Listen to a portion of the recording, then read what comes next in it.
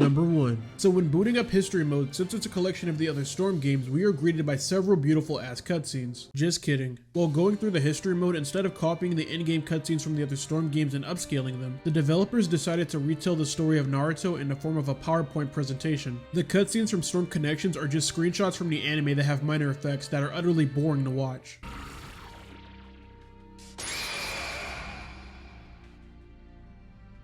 It ends here. And what's worse is that the only time that you will get to view in-game cutscenes in history mode is during boss battles, but those also have a minor problem. Because in the English dub version of the cutscenes, instead of reusing the voice clips from the previous Storm games, they decided to redub the voice cast, which would be entirely okay in my opinion if the English voices didn't sound like this. Did that wake you up? Did that wake you up? Another issue that pertains to the dub is the lip syncing from the characters in the cutscenes. Now, Storm games have always had minor issues when it comes to lip syncing, but in Connections, it's the worst it's ever been, which just makes me believe that they didn't try this time around. Right on, huh? That's just like you, Kakashi. Huh? And lastly, this game has some really unnecessary censorship, because instead of using blood for any of the slideshows, they decided to replace it with black ink, which I'm really confused about because it's not like the other Storm games didn't have blood in them. For example, the Itachi boss battle in Storm 2, or Kushina and Minato's deaths in Storm 3. Number 2. This game is extremely stingy with its currency, also known as Ryu.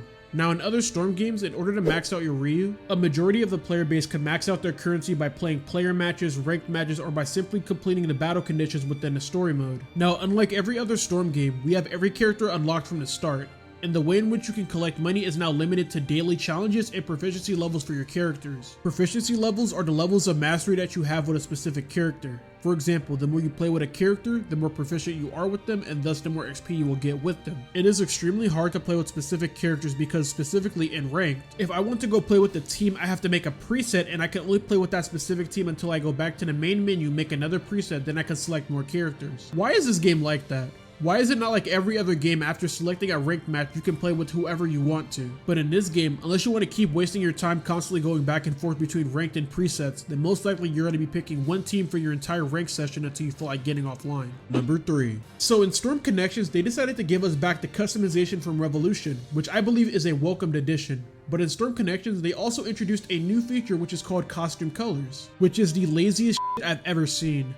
Now instead of letting us fully customize the color of our outfits, they instead just added the same costume but changed around the saturation. The thing that I don't understand is that Bandai Namco actually has a game that did the customization correctly. In Dragon Ball Xenoverse 2, you're able to fully customize the outfits of your characters. Why didn't they do the same thing for Naruto Storm Connections? Why would you release this game without the ability to create private lobbies? It still makes no sense to me to this day. And not to mention all of the previous features like endless, leagues, tournaments are all exclusive to the offline free battle. So ranked and casual is pretty much all you have to play. Number 4. They took out a feature that's been in every Storm game since Storm 1, which is the ability to select your jutsus before the start of the match. Now every character has a set 2 and that's it. Now if you don't play this game, then you're probably wondering, how do we use specific jutsus for characters like Kakashi? Well, they decided to split them off into separate character blocks. 3 for Kakashi, 2 for Guy, 2 for Hanabi, 6 for Naruto. For some reason they gave Kid Sasuke 2 character blocks.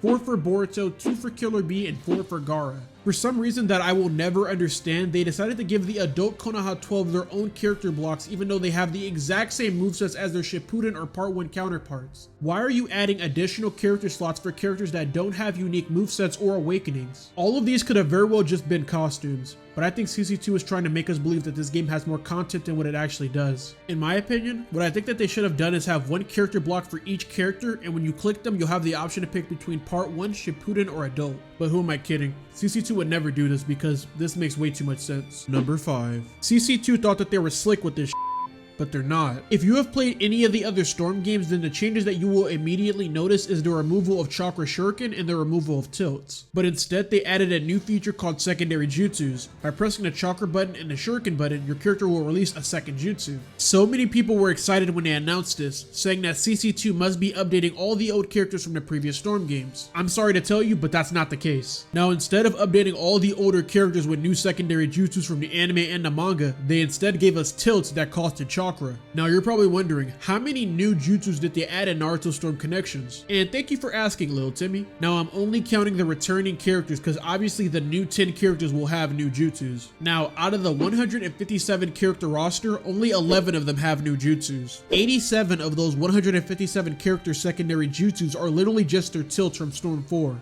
8 characters have their awakening actions from Storm 4 as their secondary jutsus. 19 characters have their alternate jutsus from Storm 4. You know how I mentioned that you are no longer able to choose which jutsu you want?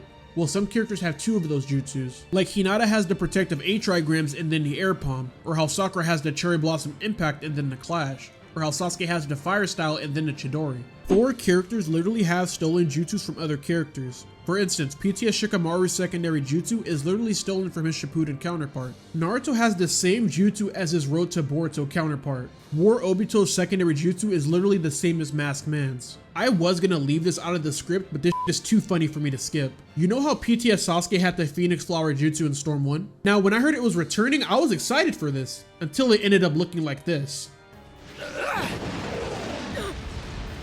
And I was like, this looks familiar. And I was right. PTS Sasuke has the 𝗃𝗏𝗃𝗀𝗃𝗀𝗃's awakening action. Instead of reanimating Sasuke's Phoenix Flower jutsu from Storm 1, to save money they literally just copied the same animation for Sarada and swapped it with Sasuke. This shit is hilarious. And for some reason, they didn't even bother with 𝗧𝗍's secondary jutsu is literally just his chakra shuriken from Storm 4.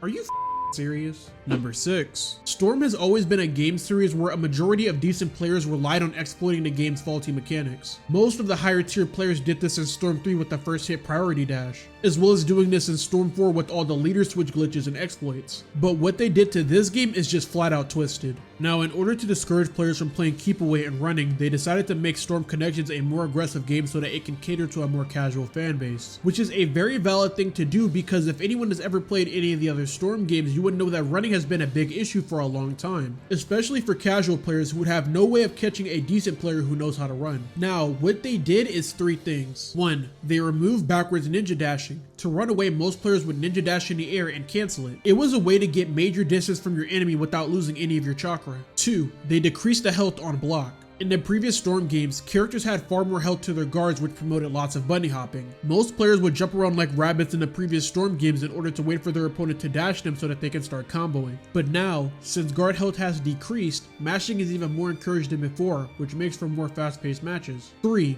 The addition of super armored jutsus. If you've played ranked, then you know what I'm talking about.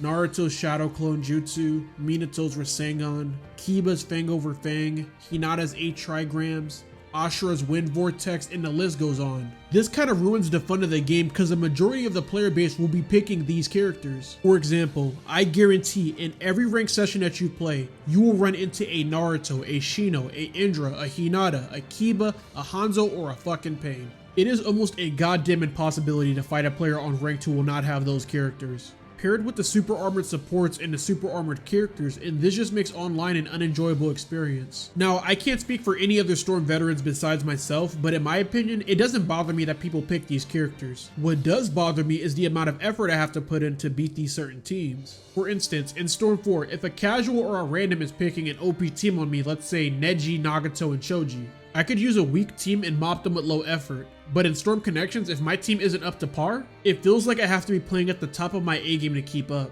Now keep in mind, that could just be a me problem. If you guys have no problem beating these OP ass teams by just picking casual characters, then power to you. Number 7. Where are the Boruto era characters? People like Shikadai, Inogen, Chocho, Metal Lee, Konohamaru, Moegi, or any of the other characters from the anime? Why did you give all of the adults in Boruto their own character blocks even though they all have their same ass movesets since Storm 2? Why after all this time have you not decided to take the opportunity to give us the characters and the awakenings that we've been asking for since Storm 2? Here are some awakenings that I feel like should have been added to the Naruto Storm series. Curse Mark level 1 Sasuke, Kid Choji's Butterfly Awakening, Tsunade with the 100 healing marks, Curse Mark level 2 Jugo, Sage Mode Minato, Sakura's Inner Self, Part 1 Gaara's Half Shikaku form, Rock Lee's Drunken Fist, Onuki's Giant Wood Golem, Kaguya's unstable tailed beast transformation, Jiraiya summoning 𝗃𝗵𝗶𝘀, and Danzo summoning Baku. Bringing the topic back to characters, why do we still not have characters that should have been added to this game by the time Storm 4 was out? Where are the 7 ninja swordsmen? Where are the 3 sound ninja that participated in the tuning exams in part 1? Where is Kurenai? Where is Anko? Where is Shizune? Where is Hiyashi Hyuga? Where is Urashiki? Where is Tonari? Where is Gaara's son at?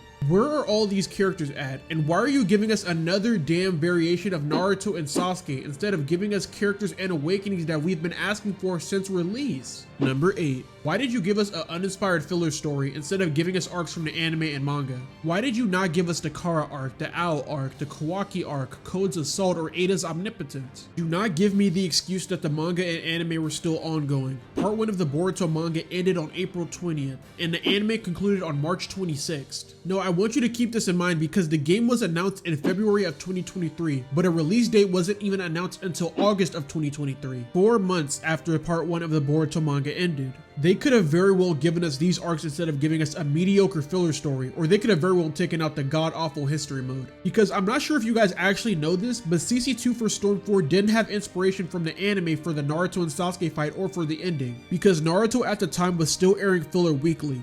CC2 made the Naruto and Sasuke fight purely off of the material from the manga, and they did a damn good job. They could have done the same thing for Boruto. They could have given us the material from the manga, and I guarantee it would have brought in more Boruto fans to the series. Number 9. On January 15th, there was an announcement on a Naruto Games Twitter account that there will be an up-and-coming patch with DLC Pack 1 on January 25th. But why now? Why did it take you 2 months to patch this game? The damage is already done.